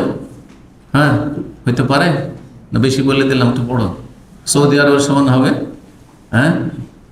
কানাডার সমান, একটা বড় দেশ, একটা যেগুলো বড় দেশ, ধরেন অস্ট্রেলিয়া বা কানাডা, এইসব দেশগুলো বড় দেশ। বা সবচেয়ে বড় দেশ কোনটি পৃথিবীর? রাশিয়া, চায়না, এইসব দেশের মতো কতটা হইতে পারে না? অনেক বড় বলে দিলাম। এরকম তো নদীরই কল্পনা করি না, তো হাউজের কথা কি করে কল্পনা করবো, তাই না? আল্লাহু আকবার। রাসূলুল্লাহ সাল্লাল্লাহু আলাইহি ওয়াসাল্লাম বলেছেন, আবহাওয়ার বর্ণনাকারী বলছেন, ইন্না হাউজি আবআদ মিন আইলা মিন আদান, আমার হাউজের আয়তন হচ্ছে আইলা থেকে আদান পর্যন্ত যতটা দূরত্ব তার চাইতে বেশি। শুধু হাউজ, তাহলে নহর কত বড়, নদী কত বড়? তাহলে শুধু হজ যেটা দুটো নালা, ওই কাউসার নদী থেকে দুটো নালার মাধ্যমে যে পানি এসে পড়ছে কোথায়, হ্যাঁ হৌজে কাউসারে, নবী সাল্লাল্লাহু আলাইহি ওয়াসাল্লামের হৌজে, সেটার দূরত্ব হচ্ছে আইলা নামক স্থান থেকে আদানের দূরত্ব। তো আদান তো জানা আছে অনেকেরই, হয়তো আদান কোথায়, ইয়ামানে, দক্ষিণ ইয়ামান। ইয়ামানের দুটো বড় শহর আদান আর একটি হচ্ছে সানআ। একসময় যখন ইয়ামান দুই ভাগে ভাগ ছিল, আমরা ছোটকালে ছাত্র জীবনে শুনতাম যে দক্ষিণ ইয়ামান আর উত্তর ইয়ামান। তো উত্তর ইয়ামানের রাজধানী সানআ ছিল, যেটা বর্তমান রাজধানী, আর তারপর ঐক্যকরণ হয়ে দুটো একসাথে হইল, সেটা আমাদের ছাত্র জীবনে মনে পড়ছে, সালটা মনে নেই। তো দক্ষিণ ইয়ামানের রাজধানী ছিল আদান। তো আদান থেকে আইলার দূরত্ব যতটা, আইলা কোথায়, আইলা একটি শহর, হ্যাঁ ইসলামের প্রথম যুগে, হ্যাঁ বড় সড়ো শহর ছিল, প্রসিদ্ধ শহর ছিল, গড়ে উঠেছিল, কিন্তু সেটি যুগের বিবর্তনে সে বিরান হয়ে গেছে, অনাবাদ হয়ে গেছে। সেই জায়গাটি মোটামুটি বর্তমানে অবস্থিত জর্ডনের বর্ডার, সৌদি আরবের সাথে, যেই জায়গাটিকে বর্তমানে আকাবা বলা হচ্ছে, আকাবা। জি, যারা এখান থেকে জর্ডন যাবেন, জর্ডন যেতে হলে এখান থেকে যদি দাম্মাম থেকে যান, তো এখান থেকে হাফরুল বাতেন থেকে এগিয়ে আপনি আর এর পরে তখন আপনার পড়বে কোরাইয়াতটাই হচ্ছে শেষ, কোরাইয়াতের পরে জর্ডন কাছে, ওখান থেকে একেবারে কাছে, ওটি হচ্ছে বর্ডার। সেখানে আকাবা নামক একটি শহর গড়ে উঠেছে আপনার লোহিত সাগরের পাশে। সেই আকাবা হয়ে ফিলিস্তিনের লোকেরা, তার মিশরের লোকেরা সৌদি আরব যে আসে, যদি আপনার পানিপথেও আসে অথবা লোহিত সাগর হয়ে অথবা স্থলপথে আসে, তো ওই জায়গা দিয়েই এসে থাকে আকাবা। সেই আকাবা থেকে মক্কার দূরত্ব আনুমানিক 1200 কিলোমিটার, শুনে রাখেন। আর মক্কা থেকে আদানের দূরত্ব 1400 কিলোমিটার বেশি। তো 1400 আর 1200 কত হবে? 2600 কিলোমিটার।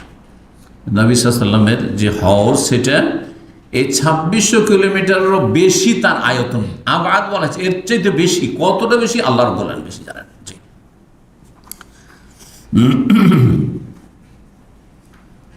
নবী সাল্লাল্লাহু আলাইহি ওয়াসাল্লামকে সাহাবীরা বললেন, ইয়া রাসূলুল্লাহ আতারিফুনা ইয়াওমাইযিন, সেদিন যে আপনি হজে কাউসারে থাকবেন, আমাদেরকে চিনতে পারবেন, চিনবেন সাহাবীদেরকে?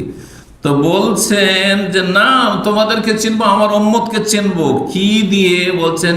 হ্যাঁ, সীমা লাইসাত লি আহাদিম মিনাল উম্মাহ, এমন চিহ্ন দিয়ে, লক্ষণ দিয়ে, যেটা অন্যর কোনো উম্মতের থাকবে না, ওতেই বুঝে নেব যে এগুলি আমার উম্মত। সেটা কি?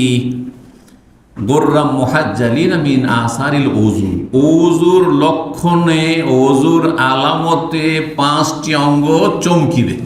হ্যাঁ, 5টি অঙ্গে চমক থাকবে। 5টি অঙ্গ কি? মুখমণ্ডল একটি, 2 হাত, এই যে এখান থেকে উজুতে ধুয়েছেন, কবজি পর্যন্ত, কি বলছে আপনার কনই পর্যন্ত, আর 2 পা এখনো পর্যন্ত ধুয়েছেন, 2 পা 2 হাত 4টি হলো, আর মুখমণ্ডল। এই 5টি অঙ্গের চমক দেখে রাসূলুল্লাহ সাল্লাল্লাহু আলাইহি ওয়াসাল্লাম চিনবেন। তাহলে বোঝা গেল যে নবী সাল্লাল্লাহু আলাইহি ওয়াসাল্লাম বেনামাজিদেরকে চিনবেন? বেনামাজি নামাজ পড়ে উজু করেছে নাকি? না, ওই জুমার উজু দিয়ে কাজ হয়ে যাবে, অতি চমকিবে? অসম্ভব কথা। কথা বুঝতে পারছেন? তাহলে বোঝা গেল যে এইখানে বেনামাজি লিস্টে নেই। হ্যাঁ, বেনামাজি মোটেই লিস্টে নেই। আল্লাহ যেন বুঝার তৌফিক দান করেন। যদি জান্নাতের আশাবাদী হন, 5 টাইম 70 রাকাত নামাজ, বেশি পড়তে পারবেন না, পড়িয়েন না। আপনার বেশি নেকি লাগবে না, আপনি সুন্নত নফল পড়িয়েন না, কিন্তু যদি বেশি লাগে তখন ওগুলো পড়বেন। মুসলিম থাকার জন্য 70 রাকাত অবশ্যই পড়তে হবে, এতে কোনো রকম মাইনাস করার কোনো অবকাশ নেই। জি, যদি জান্নাতের আশাবাদী হন, আল্লাহ তৌফিক দান করেন। তো কথা লম্বা হতে যাচ্ছে। আর এই সম্পর্কে কি বলছে, হজ সম্পর্কে আরেকটি হাদিস শুনে নবী সাল্লাল্লাহু আলাইহি ওয়াসাল্লাম থেকে আব্দুল্লাহ বিন আমর বর্ণনা করছেন, হাউজি মাসিরাতু শাহরিন, আমার হজের আয়তন হচ্ছে 1 মাসের পথ। 1 মাসের পথ। আর বলছেন মাহু আবিয়াযু মিনাল লাবান, তার পানি, হজের পানি হবে দুধের চাইতে বেশি সাদা, স্বচ্ছ। পানির কোনো কালার থাকে না, তাই না? পানির কোনো রং আছে? কালো না সাদা? না, কিন্তু সেটা যে জান্নাতের হজের পানি হবে, সেটা দুধের চাইতে বেশি সাদা হবে। রিহুহু আতিয়াউ মিনাল মিস্ক, আর তার ঘ্রাণ সুগন্ধি হবে মিস্ক, মৃগনাভির যে সবচেয়ে মূল্যবান যে সেন্ট তার চাইতে বেশি সুগন্ধিময়। ওয়া কিজানহু কানুজুমিস সামাই, আর তার পানপাত্রগুলি হবে, কুজের বহু বচন হচ্ছে কিজান, পানপাত্রগুলি, পেয়ালাগুলি বা গ্লাসগুলি হবে আকাশের তারকার সমান। মানসারি ও মিনহা, বারবার পান করার প্রয়োজন নেই। আমরা কয়েক ঘন্টা অফিসে থাকলে সকালে দুই বোতল লেগেছে, সকালে 2-3 ঘন্টা থাকাতে 2 বোতলের প্রয়োজন হয়েছে, তাই না? তার মানে সকালের পান করাতে দুপুরে কাজ হয় না, দুপুরেটাতে বিকেলে হয় না, বিকালেটাতে আবার রাত্রে হয় না। কতবার পিপাসা লাগে, হ্যাঁ, পিপাসায় মিটেন, একটু পরপর পিপাসা লেগে ওঠে। কিন্তু সুবহানাল্লাহ বলছেন, এই হাউজে কাউসারের পানি যে একবার পান করে নিবে, ফালা ইয়াজমা আবাদা, হাসরের মাঠে কখনো আর পিপাসিত হবে না, মুঠি আর পিপাসা লাগবে না। আল্লাহ রাব্বুল আলামিন যেন আমাদেরকে হাউজে কাউসারের পানি দান করেন, নবী সাল্লাল্লাহু আলাইহি ওয়াসাল্লামের শাফাআত দান করেন। সহিহ বুখারী 6093, সহিহ মুসলিম 4244 নম্বর হাদিস। জান্নাতের নদী সম্পর্কে এতক্ষণ আলোচনা হয়ে গেল, 1 ঘন্টা হয়ে গেছে। এখন 2-4-5-10 মিনিটের বেশি তার আমাদের সময় নেই। সাধারণত জান্নাতের ঝর্ণা সম্পর্কে বলতে হয়, সুতরাং এই বিষয়টিকে আমি একটু সংক্ষেপ করি আর বলি। জান্নাতের ঝর্ণা সম্পর্কে কোরআনে কারিমে যে আয়াতগুলো রয়েছে প্রথম উল্লেখ করি। মহান আল্লাহ ইরশাদ করেছেন সূরা তাহার আয়াত 5-6, ইন্নাল আবরারা ইয়াশরাবুনা মিন কাসিন কানা মিজাজুহা কাফুরা আইনা ইয়াশরাবু বিহা ইবাদুল্লাহ ইউফাজ্জিরুনাহা তাফজিরা। আল্লাহ বলছেন যে নিশ্চয় যারা সৎকর্মশীল নেক লোক, ইয়াশরাবুনা মিন কাসিন, তারা এমন পানপাত্র থেকে পান করবে, কানা মেজাজুহা কাফুরা, যাতে সংমিশ্রণ থাকবে, যেই পানীয়তে, যে জান্নাতি পানীয়তে সংমিশ্রণ থাকবে কিসের? কর্পূরের। কর্পূরের বৈশিষ্ট্য হচ্ছে ঠান্ডা ঠান্ডা।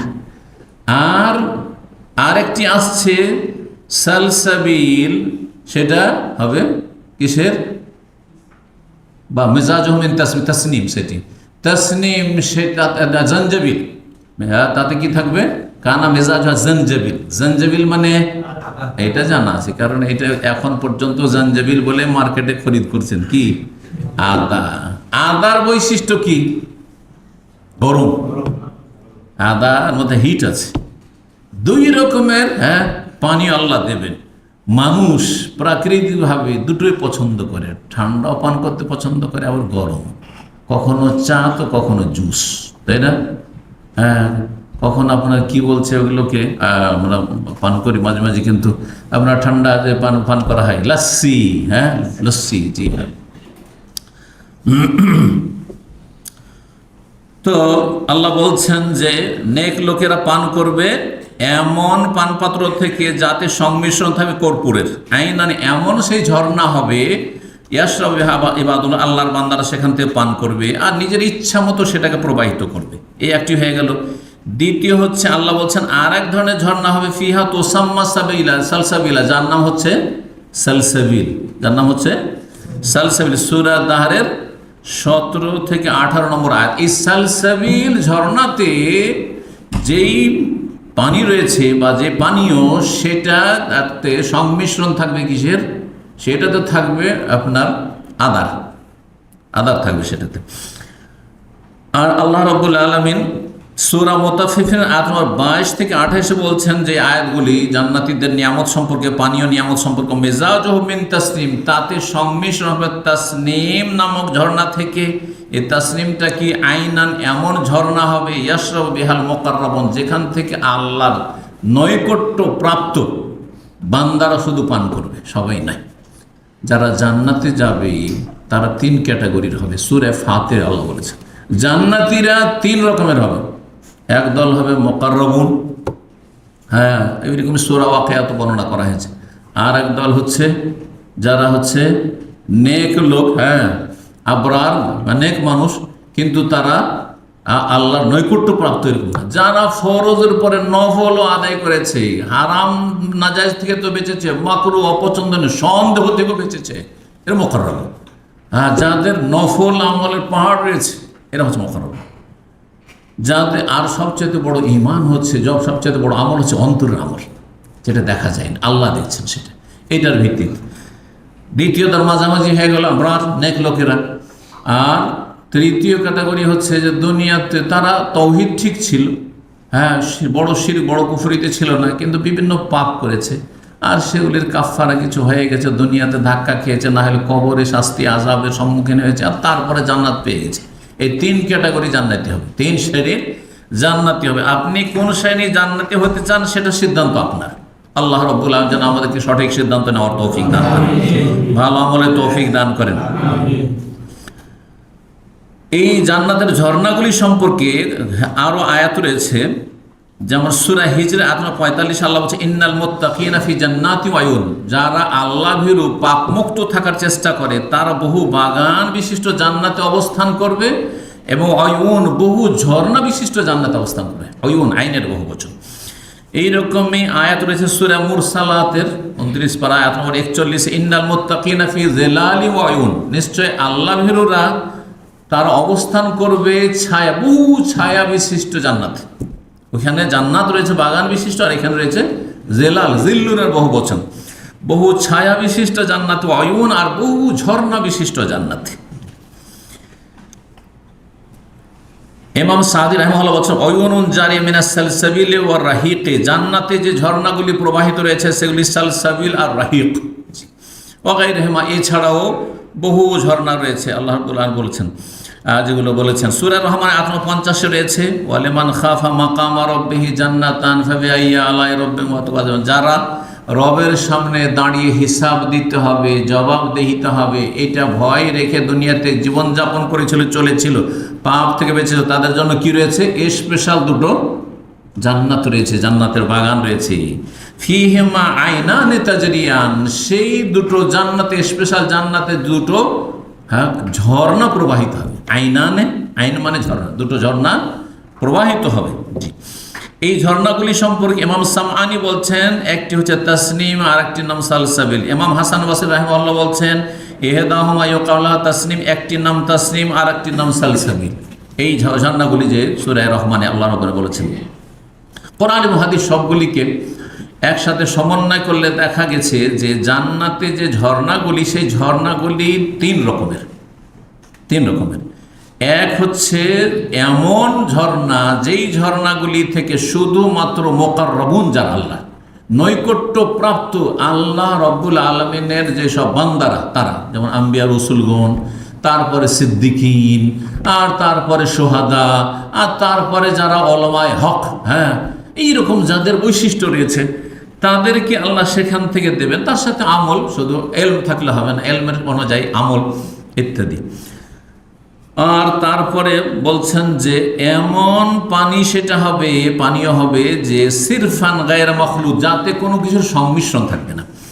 মিনহাল আবরার আর শারাব মখলুতান, আর আরেক দল হবেন জান্নাতি যারা নেক লোক কিন্তু তারা মুকাররাবুন নয়, তারা এমন শারাব পানীয় পাবেন যে মখলুতান, যাতে মিক্স থাকবে, মমজুজান, অন্যের সংমিশ্রণ থাকবে।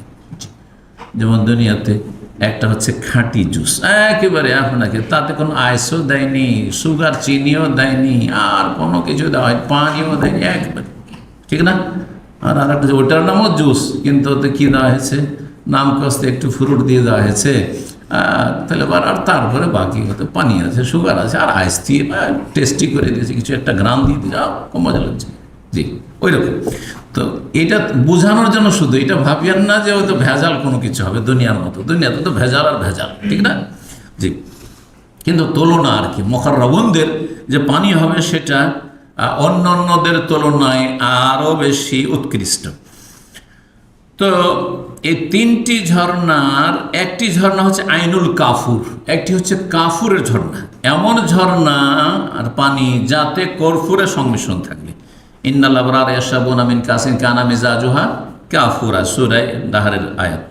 দ্বিতীয় ঝর্ণা হচ্ছে আইনুস সালসাবিল, সালসাবিলের ঝর্ণা। আল্লাহ বলছেন ওয়াইসকাউনা ফিহা কাসান কানা মিজাজুহা জানজাবিলা, আর তাদেরকে এমন পানপাত্র থেকে পান করানো হবে যাতে সংমিশ্রণ থাকে, মিজাজ, মাস্ট মানে মিক্স করা, সংমিশ্রণ থাকবে কিসের? জানজাবিলের, হ্যাঁ, আদার, ছোট যে আদাকে শুকিয়ে নিলে মহিলারা বলে, এটা আঞ্চলিক ভাষা।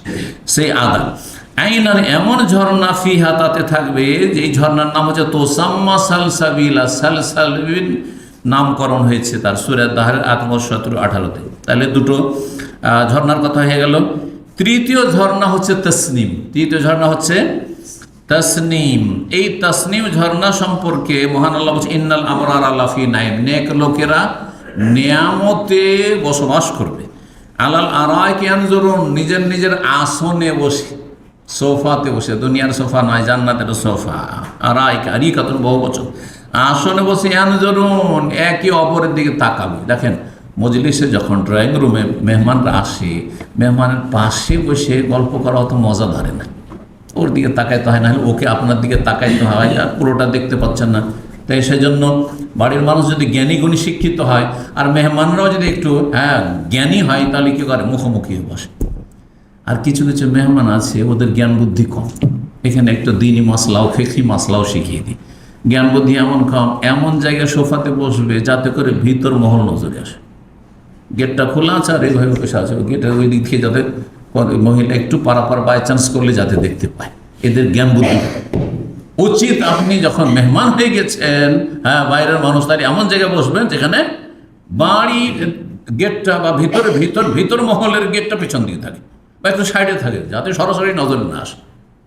বাই চান্স অচেতন অবস্থায় সামনে কেউ চলে আসতে পারে। অনেকের ঘর বাড়ি ছোট রয়েছে, অথবা এরকমের পর্দার ব্যবস্থা নেই, তো আপনাকে সতর্ক হতে হবে।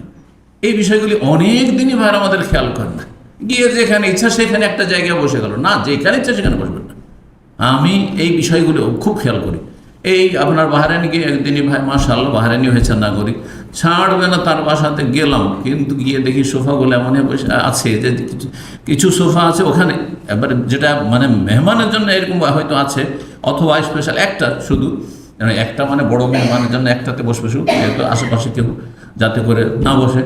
কিন্তু দেখলাম যে এইটাই বসলেও আপনার ভিতর মহল একটু নজর আসতে পারে, বাই চান্স যদি এদিকে কেউ চলে আসে। না, এমন জায়গায় বসে যাতে করে আমার নজর না আসে। এগুলো আপনাদেরকে খেয়াল রাখতে হবে। এটা হচ্ছে শরীয়ত আপনার, জি, এটা হচ্ছে ফিকহ, দিনের জ্ঞান, জি। আর বাড়ির মানুষ এমন জায়গায় বসবে যাতে ভিতর মহল নজরে আসে, যাতে করে কোনো কিছুর অর্ডার করতে হয়, কাউকে বলতে হয়, তাহলে বলতে পারে সেখান থেকে, অথবা দেখতে পায় যে কী হচ্ছে না হচ্ছে ওদিকে, জি। আল্লাহর ওপরে যেন আমাদেরকে জ্ঞানী হওয়ার তৌফিক দান করে। দিন সম্পর্কে জ্ঞানী হইতে হবে, তাহলে জ্ঞানী। তো আলোচনা শেষের দিকে তৃতীয় ঝর্ণার কথা বলছেন, তার নাম কি? তসনিম। একটি হচ্ছে কাফুর, আরেকটি হচ্ছে সালসাবিল, আরেকটি হচ্ছে তসনিম। এই তসনিম সম্পর্কে আল্লাহ বলছেন যে আলাল আরাইকি ইয়ানজুর, জান্নাতীরা নিজের নিজের আসনে বসে একে অপরের দিকে তাকিয়ে কথা, সামনাসামনি কথা, মুখোমুখি হবে। আর তারিফু ফি ওজুম নাযরাতান নাম, নিয়ামত আর ভোগ বিলাসের লক্ষণ তাদের চেহারায় ফুটে উঠবে। যারা সুখী মানুষ, কোনো রকমের মানসিক, শারীরিক আর আর্থিক কোনো রকমের তাদের অশান্তি নেই, তাদের চেহারা দেখলে বোঝা যায় লোকটা সুখী, সুখী। আরব দেশ থেকে যখন দেশে যাবেন, তখন দেশের মানুষ আপনাকে দেখলেই চিনে নেবে যে বিদেশি। এটা কখন লক্ষ্য করেছেন না করেননি? একদিন এক হিন্দু পুলিশ, তখন আমি ট্রেনে সফর করতাম, আজকের থেকে 20-25 বছর আগের কথা বলছি। তো ট্রেনে মাঝে মাঝে এসিতে সফর করেছি। তো তারপরেও আমাকে দেখে বলছে যে আপনি বিদেশ থেকে আসছেন। আমি জানছি যে পুলিশ জাত এমন জাত যে বিদেশ বলা হয় তাহলে ঘুষ চাইবে। আল্লাহ হেফাজত করে তাদের অনিষ্ট থেকে। আমার রাহিমাল্লাহ খুব ভালো মানুষ খুব কম।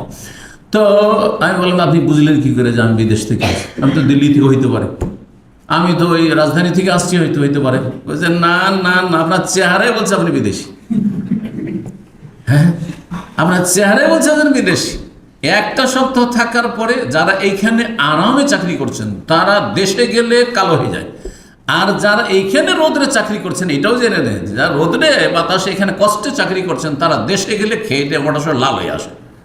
তার আবার উল্টো হয়ে যায়, কারণ সেখানে আরামে খায়, হোম মিনিস্টার খাওয়াচ্ছে বসে বসে, আর কোনো চিন্তা নেই, আর ভালো ভালো খাবার খাচ্ছে।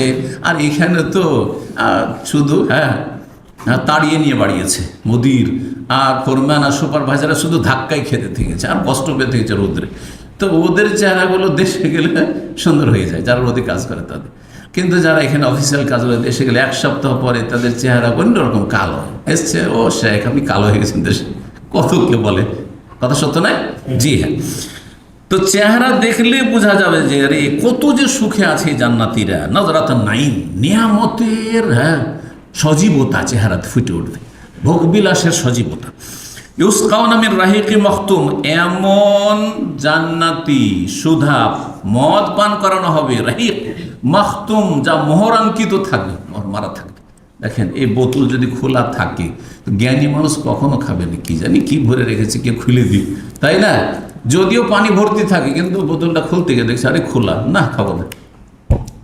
হ্যাঁ হ্যাঁ, অভাবী অথবা ধরেন প্রয়োজন আছে, এখন খুব পিপাসা লেগেছে, কোথায় খেয়ে নিলে সেটা আলাদা কথা।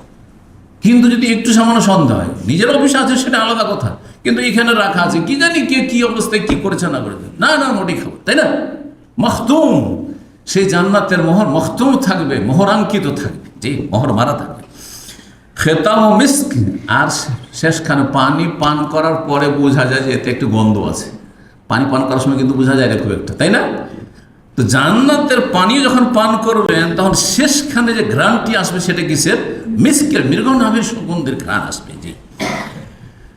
তো এই জান্নাতের তাসনিমের কথা, মেজাজ মিন তাসনিম, তাতে সংমিশ্রণ হবে কিসের? তাসনিমের সংমিশ্রণ হবে। আল্লাহ রাব্বুল আলামিন বলেছেন। ইমাম সাদি রাহিমাহুল্লাহ বলছেন মেজাজ হাজার সারা মিন তাসনিম, এই পানীয়র সংমিশ্রণ হবে তাসনিমের। ওয়াহি আইনুন, একটি ঝর্ণা, ইয়াশাবিহাল মুকাররাবুনা সিরফান, এখান থেকে এই ঝর্ণা, তাসনিম ঝর্ণা থেকে আল্লাহর নৈকট্য প্রাপ্ত নেক বান্দা যারা সবচেয়ে সিনিয়র তারা পান করবে। ওয়াহি আলা শারবাতিন জান্নাতে আলাল ইতলাক, সবচাইতে উৎকৃষ্ট জান্নাতের পানীয় হবে সেটি তাসনিমের। ফালিযালিকা কানাত খালিসাতুল মুকাররাবিন, এই জন্য সেটি মুকাররাবিন আল্লাহর নৈকট্য প্রাপ্তদের জন্য খালিস হবে। আল্লাযীনা হুম আলাল খালকি, যারা সবচেয়ে শ্রেষ্ঠ জান্নাতে তাদের জন্য সবচেয়ে উৎকৃষ্ট পানীয় হবে তাসনিমের। ও মামজুজাতুন লিআসহাবিল ইয়ামিন, আর যারা ডানপন্থী, দুনিয়ার আবার রাজনৈতিক পলিটিক্যাল ডানপন্থী নাই, যারা পলিটিক্যাল টার্ম বুঝেন কিন্তু ডানপন্থী আর বামপন্থী বুঝেন তো না। এই ডানপন্থী মানে ডান হাতে যাদের আমল নামা দেওয়া হয়েছে মুসলিম, কিন্তু ওই মানে ওপর আপার ক্যাটাগরিতে যেতে পারেনি, তাদের জন্য যেটা হবে সেটা হবে একটু সংমিশ্রণ অন্যরকম। মাখলুতাতুন বির রাহিক, রাহিকের সংমিশ্রণ হবে, অন্য অন্য আরও পানীয় সংমিশ্রণ হবে ইত্যাদি। জি। ইমাম ইবনুল কাইয়িম রাহিমাহুল্লাহ খুব সুন্দর কথা বলেছেন, সেটি না বললে বিষয়টি অসম্পূর্ণ থাকবে, সেই জন্য সংক্ষেপে তার কথা বলি। তিনি বলছেন যে আখবারা সুবহানাহু আন মেজাজের শারাবিন বিশাইআইন, আল্লাহ রাব্বুল আলামিন যে জান্নাতে পানীয় রেখেছে জান্নাতীদের জন্য, তাতে দুই রকমের মিক্সচার থাকবে, সংমিশ্রণ। এক হচ্ছে বিল কাফুর, কর্পূর, ফি আউয়ালিস সূরা, যেটা সূরায়ে দাহরের প্রথম দিকে 5-6 নম্বর আয়াতে, আর শেষ আয়াতগুলো 17-18 আয়াতে কিসের কথা বলা হয়েছে? মেজাজুহা জানজাবিলা, আদার কথা বলা হয়েছে ফি আখিরিহা। কেন আগে ঠান্ডা পরে গরম? কেন? চা খাওয়ার পরে কি জুস খাবেন? আর খেলো কি ভালো লাগবে? অনেকে আছেন ফ্রি পেয়েছি, ফ্রির আলকাতরা, অসুবিধা নেই। আমাদের দেশে একটা কথা আছে ফ্রির আলকাতরা, বুঝলেন তো? জি। না না না ভাই, চা খেয়ে নিয়েছি গরম, আর ঠান্ডা খাওয়া যাবে না, কিন্তু ঠান্ডার পরে গরম খাওয়া যাবে, হ্যাঁ, আর উপকারীও সেটা। তো বলছেন ফাইন্না ফিল কাফুর মিনাল বারদে ওয়া তিবির রাহিয়াতে, কর্পূরে যেমন ঠান্ডা প্রকৃতি রয়েছে তেমনি তাতে সুগন্ধি ঘ্রাণও রয়েছে। অফি জানজাবিলে, আর আদাতে রয়েছে মিনাল হারারাতে, গরম রয়েছে। ওয়া তিবির রাহিয়া, তাতে সুগন্ধিও রয়েছে, ঘ্রাণ, ওর আরেকটা ঘ্রাণ রয়েছে। মা ইয়াহদুসুল্লাহম বেজতেমায় শারাবাইনে, দুটোর সমন্বয়ে একটা অন্য রকমের শরীরে অ্যাক্টিভিটিস তৈরি হবে, যে ঠান্ডাও পান করলেন আর গরমও খেলেন। ওয়াজিও আহাদমা আলা আসারিল আখার, একটি অপরটির পরে আসবে, হালাত, তাতে শরীরে আর মন মানসিকতা আলাদা ধরনের একটা অনুভূতি পয়দা হবে, যেটা হবে আকমাল ও আতিয়াব ও আলাযা মিন কুল্লি মিনহুমা বিনফিরাদিহি, যাতে অন্য রকমের আপনার মানসিক অবস্থা বা শারীরিক অবস্থা, মনটা কেমন লাগবে, যেটা একটা শুধু পান করলে হইতো না। শুধু ঠান্ডা পান করেছেন বা শুধু গরম পান করেছেন, তাতে ওই মজা হবে না যেটা দুটো পান করলে, একটা আগে আর একটা পরে। এই জন্য আগে ঠান্ডারটা আল্লাহ বয়ান করে, তারপরে গরমেরটা আল্লাহ বয়ান করেছেন। তাই বলছে ওমা আলতাফা মওকা যিকরিল কাফির ফি আউয়ালিস সূরা, এই জন্য কত সূক্ষ্ম কথা রব্বুল আলামিনের যে কর্ফুরের কথা আল্লাহ সূরার প্রথম দিকে বর্ণনা করেছেন, ওয়াজানজাবিল ফি আখিরিহা, আর আদার কথা সূরার শেষ দিকে বর্ণনা করেছেন। এই বলে তিনি আরও বেশ কিছু কথা বলেছেন এই সম্পর্কে। এই হচ্ছে জান্নাতের নিয়ামত, যা জান্নাতের ঝর্ণাগুলিতে আল্লাহ রাব্বুল আমাদেরকে দান করবেন। আল্লাহ রাব্বুল আলামিনের কাছে দোয়া করে আল্লাহ আমাদের সকলকে জান্নাতুল ফেরদাউস দান করেন। জান্নাতে যাওয়ার জন্য আমাদেরকে মেহনতি হওয়ার, পরিশ্রমী হওয়ার তৌফিক দান করেন। আমলের ময়দানে, ঈমানের ময়দানে অগ্রগামী হওয়ার তৌফিক দান করেন। সমস্ত গুনাহ থেকে আল্লাহ বাঁচিয়ে রাখেন। ওয়া সাল্লাল্লাহু আলা নবিয়িনা মুহাম্মদ ওয়া আলা আলিহি ওয়া সাহবিহি আজমাইন।